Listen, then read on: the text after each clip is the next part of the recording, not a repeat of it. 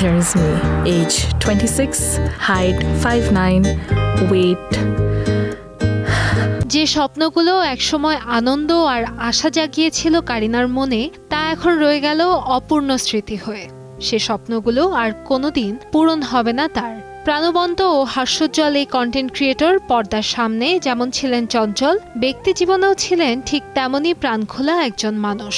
কারিনার মৃত্যুর খবর ছড়িয়ে পড়ার পর সামাজিক যোগাযোগ মাধ্যমে ঘুরে ফিরে আসছে তার বিভিন্ন সাক্ষাৎকারের স্মৃতি ও অপূর্ণ ইচ্ছার কথা।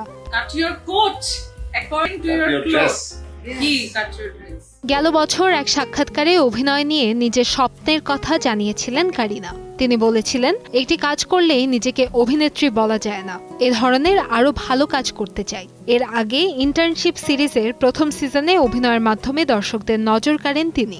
একই সঙ্গে জানিয়েছিলেন, ইন্টার্নশিপের দ্বিতীয় সিজন নিয়েও তার বেশ কিছু পরিকল্পনা ছিল।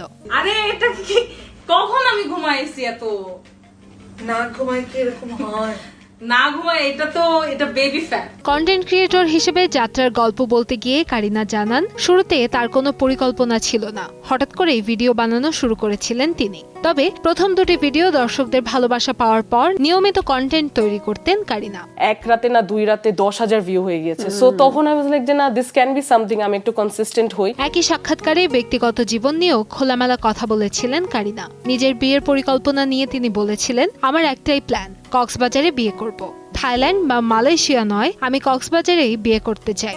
আমার একটাই প্ল্যান, আমি কক্সবাজারে বিয়ে করতে চাই। থাইল্যান্ড যেতে চাই না, আমি মালয়েশিয়া যেতে চাই না। আমি মাত্র 30 বছর বয়সে না ফেরার দেশে পাড়ি জমালেন জনপ্রিয় কন্টেন্ট ক্রিয়েটর কারিনা কায়সার।